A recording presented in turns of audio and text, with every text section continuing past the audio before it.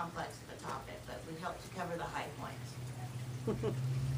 The Maya are a native Mesoamerican people who developed one of the most sophisticated cultures in the Western Hemisphere before the arrival of the Spanish. Mayan religion was characterized by the worship of nature gods, especially gods of the sun, rain, and corn, a priestly class, the importance of astronomy and astrology, the rituals of human sacrifice, and the building of elaborate. The rise of Mayan civilization is about 250 AD. It was founded in Mesoamerica in what is now southern Mexico, Guatemala, and Belize. There is no specific founder, individual that is named as the founder. At one time, there were up to 1 million adherents. Today, there are several million Maya who practice a Roman Catholicism that retains many of the elements of traditional Maya religion. The texts, which are listed over here, include the codices, and they're listed according to where they're located now. So we have the Dresden Codex, the Madrid Codex, and the Paris Codex. We also have the Book of Chalam Balam, the Popol Vuh. Now that has nothing to do with the Pope. And the Ritual of the Bacabs. It is considered a polytheistic religion, belief in many gods. On the chart over here, we have a list of them, but we will get to them. Some of the more famous gods are Itzamna, Kukulkan, Bolan Zakab, and Chok. And there's some others listed over there as well. I just want to point out that there are reportedly 117 different Mayan gods, and there are 120 alternate names. So these are just a small sampling. They practice astronomy, divination, human sacrifice, elaborate burial for royalty, and worship in stone pyramid temples. The Mayan civilization arose in Mesoamerica around 250 AD, as I said, influenced by the culture and religion of the Olmecs who came before. The Mayan urban culture especially flourished until about 900 AD, but continued to thrive in various places until the Spanish conquered. During the first 650 years, which scholars call the Classic period, the Mayan civilization consisted of more than 140 sizable cities spread across modern Mexico, Guatemala, and northern Belize. Oh, we were talking about the gods for a minute. I almost forgot to show you.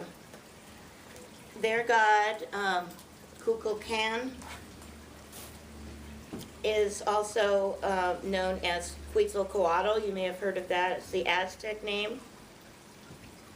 And this was the god that they thought would come down in human form as a blonde, white-haired, white-skinned person, so that when the Spanish came, they thought that it was the god Quetzalcoatl who was coming to bring them peace. Big mistake.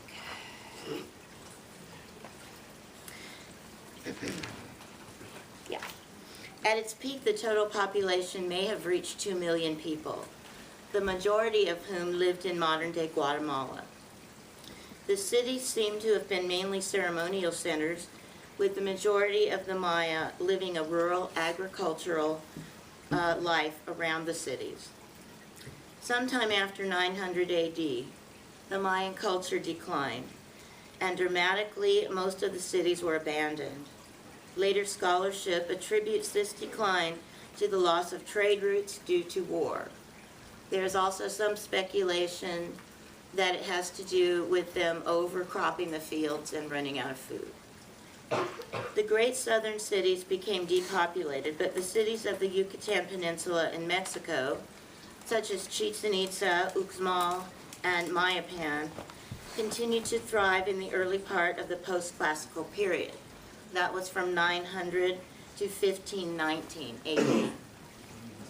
By the arrival of the Spanish in the early 16th century, however, most of the Maya were village-dwelling farmers. The remaining Maya were conquered by the Spanish and converted, at least nominally, to Roman Catholicism. The present-day Mayan peoples are spread mainly across southern Mexico, with small numbers in Guatemala and Belize. They practice a religion that combines Roman Catholicism with Mayan cosmology, deities, and domestic rituals. The Maya had a highly sophisticated culture, and this included a written hieroglyphic language, excuse me. I want to just show you this for a minute. This is an example of their writing. Each letter stood for a word, and a picture was made of that, and it also began to, after a while, represent the sound.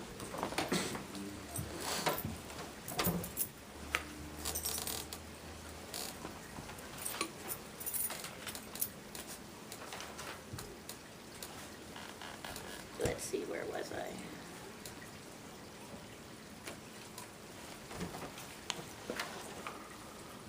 Oh, here I am. Mayan hieroglyphics were carved onto stone monuments or pieces of bone, painted on pottery, written on books or codices, and they were made of bark paper that they wrote on, the codices.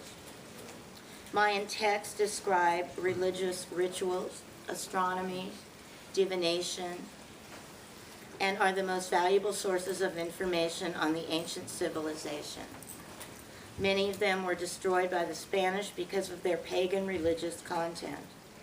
But 3 main codices have survived, and again, I mention those according to the name of the city that they are stored in: Dresden, Madrid, and Paris.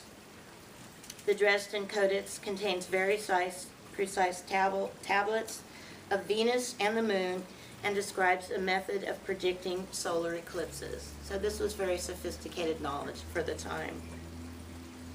Other important texts are those written by learned Indians who transcribed or summarized Mayan hieroglyphic records into Latin script.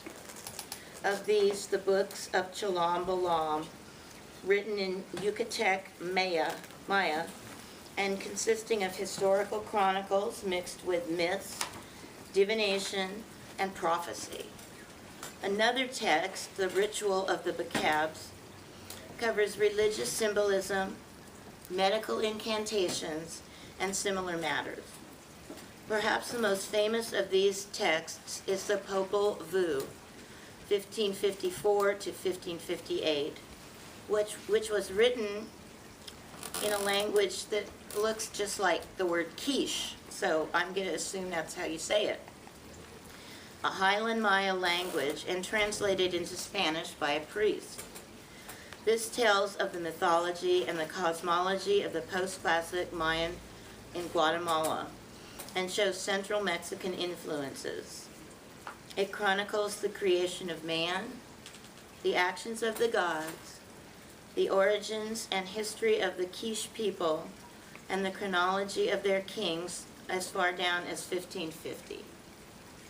These Mayan texts were not regarded as sacred or authoritative in themselves.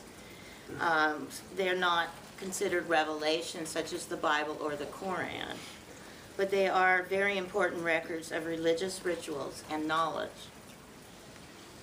As we said, the Maya worshipped a pantheon of nature gods, each of which had both a benevolent side and a malevolent side.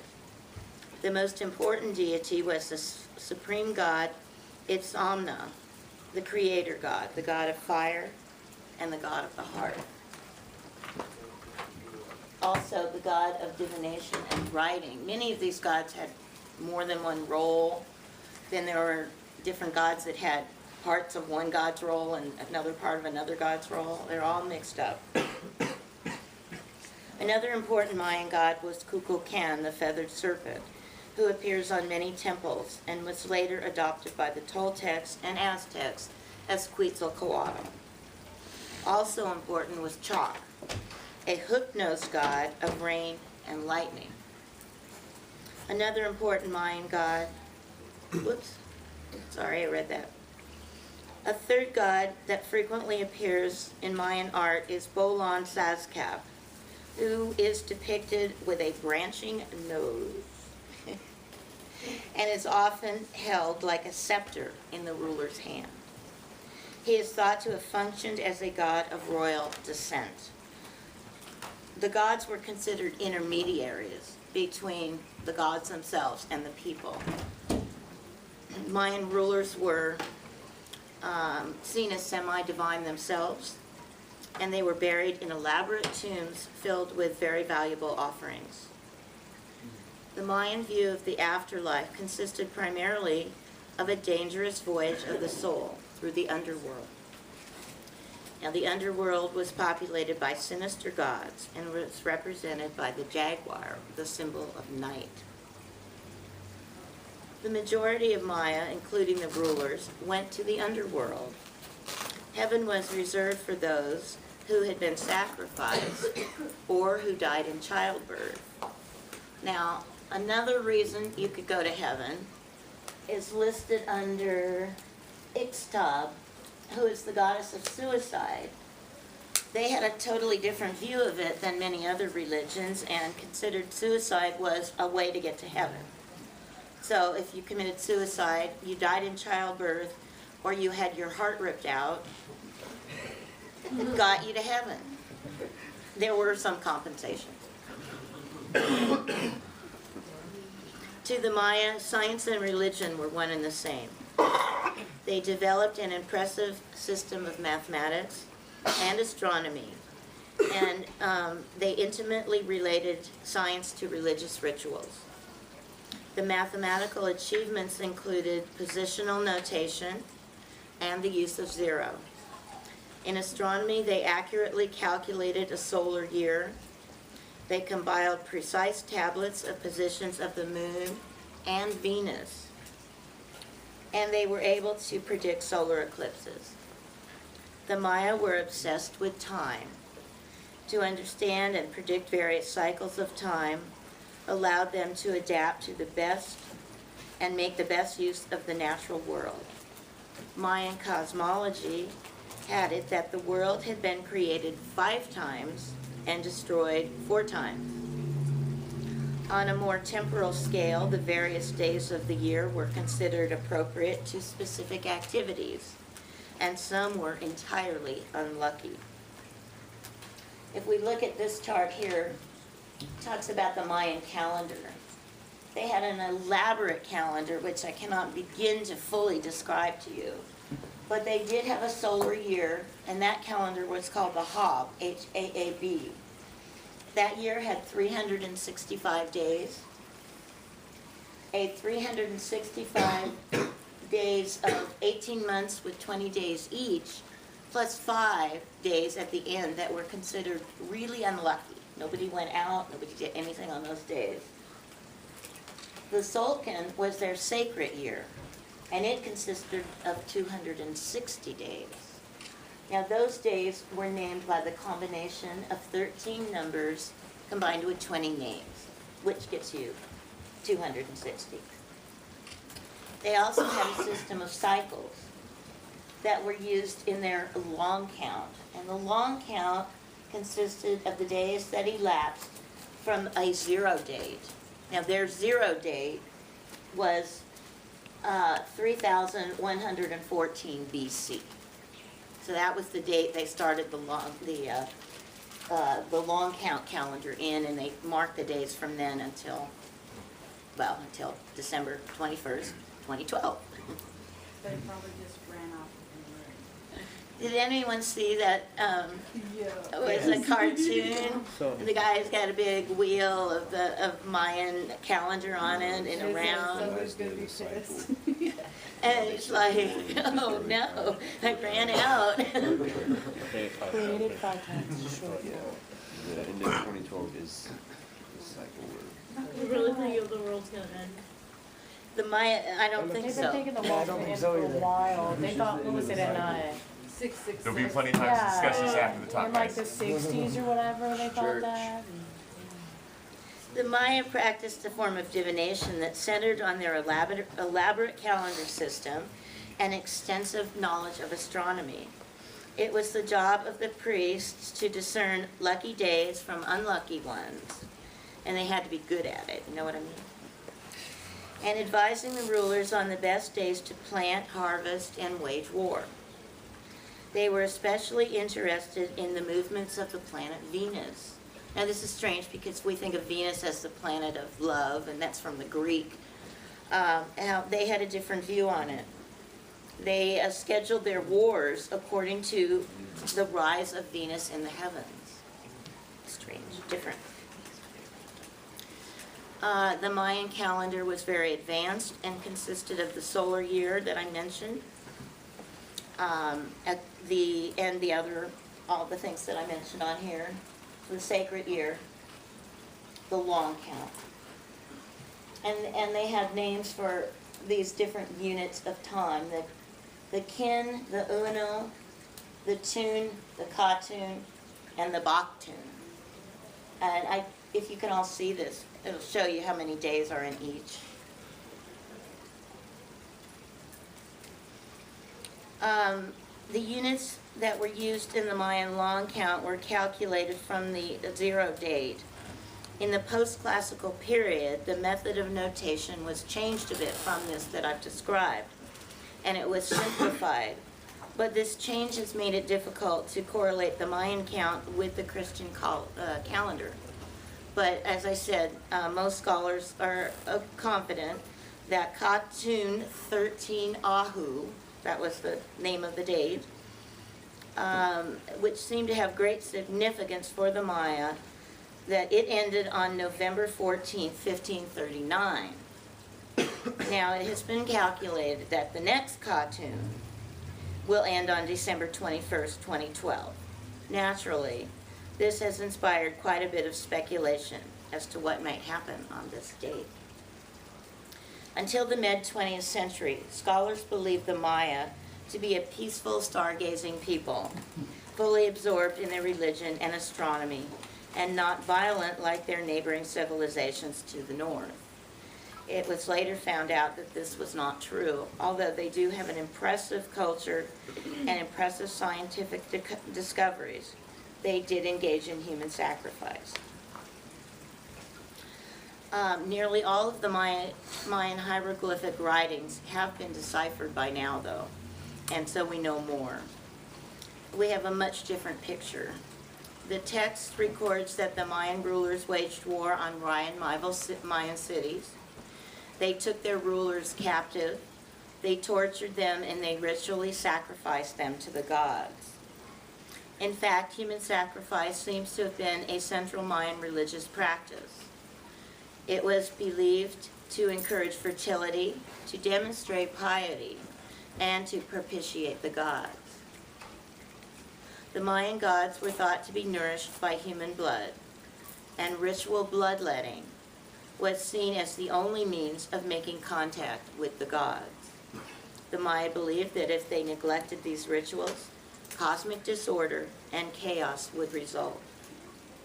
At important ceremonies, the sacrificial victim was held down at the top of a pyramid or raised platform while a priest made an incision just below the rib cage, ripped out the heart with his hands, and then the heart was burned in order to nourish the gods. It was not only the captives who suffered for the sake of the gods. The Mayan aristocracy themselves, as mediators between the gods and their people, underwent ritual bloodletting and self-torture. The higher your position, the more blood was expected. Blood was drawn by jabbing spines through the ears or penis. Ow. By drawing a thorn-studded cord through the tongue was another way. And then the blood was spattered on paper or otherwise collected as an offering to the gods. So there were definite advantages to being a simple farmer in those days. Other Mayan rituals included dancing, competition, ball games, dramatic performances, and prayer to the gods. Now, just in case you think that it's a dead religion, I had a little bit more to share with you. This is from Rigoberta Menchú Utum, the winner of the 1992 Nobel Peace Prize. We are not myths of the past, ruins in the jungle or zoos. We are people, and we want to be respected, not to be victims of intolerance and racism. To say that Mayan civilization disappeared is not only an inaccuracy, but a great disservice to more than 6 million Maya living today in Guatemala, Mexico, and Belize. While the city-states of the classic period lowlands may have been abandoned in the 10th century, the Mayan people did not disappear any more than the Italians disappeared when the Roman Empire fell. Throughout hundreds of years of outside efforts to oppress, assimilate, the Mayan people have continued to hold on to their unique way of life. Modern Maya religion is a colorful hybrid of Catholicism and ancient Maya beliefs and rituals. Their ancient gods have been replaced with statues of saints, but the stories of these saints only remotely resemble those of their European counterparts. Today, devout Maya worship at mountain and cave shrines that are in those places, and they make offerings of chicken, candles, and incense with a ritual alcoholic drink. Their shaman are also known as day keepers. They keep the count of the 260-day ritual calendar, and they provide healing by identifying curses, offended ancestors, and by counting seeds and crystals in their divinations and performing rituals.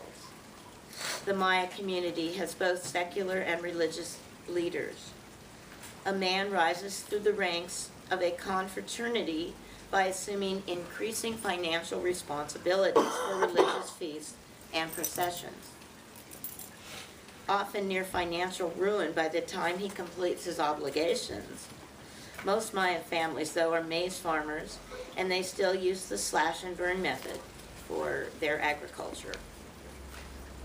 You can identify the community to which the Mayan individual belongs by their dress. The women wear loose, hand-woven, embroidered blouses with distinctive patterns and colors for each community. Few men in the Guatemala highlands wear these traditional, they're called trajeras, because it could be dangerous to call attention to themselves as Maya. During the 1980s, the Quechua Maya of Guatemala found themselves in the middle of a conflict between the leftist guerrillas and the government. The Latino guerrillas based in the surrounding forest demanded food and shelter from the Maya. But in retribution, Guatemalan death squads killed 150,000 people and disappeared another 40,000. Tens of thousands of refugees fled to Mexico and to the United States and moved into, and those who remained were moved into model villages where all men were required to enlist in civil patrols. Now, I need to cite a couple of references here. The first part was from www.religionfacts.com/Maya-religion/index. And the part about the modern Maya comes from www.ciscenzol.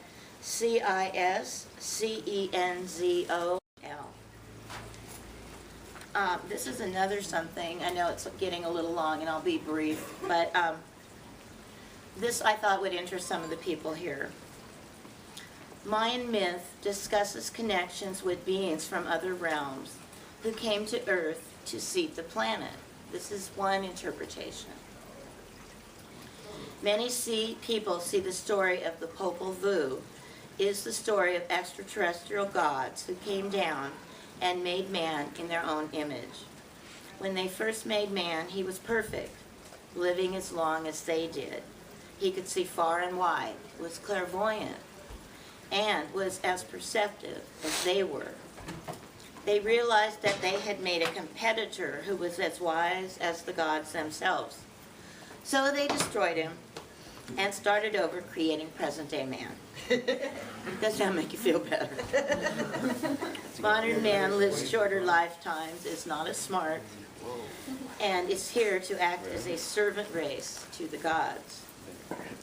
Within their culture, they have legends of visiting gods from outer space, and in the last 1,000 years, the being known as Quetzalcoatl, the great feathered serpent, was a god who brought the teaching of peace to this part of the world and appeared as a white god with a beard.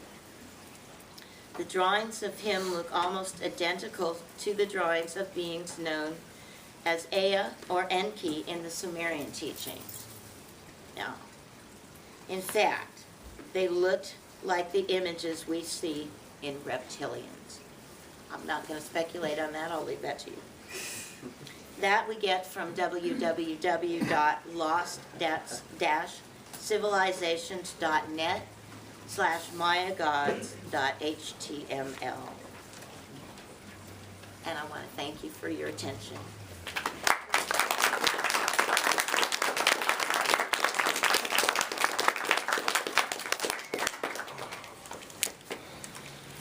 Thank you, Linda. Yeah.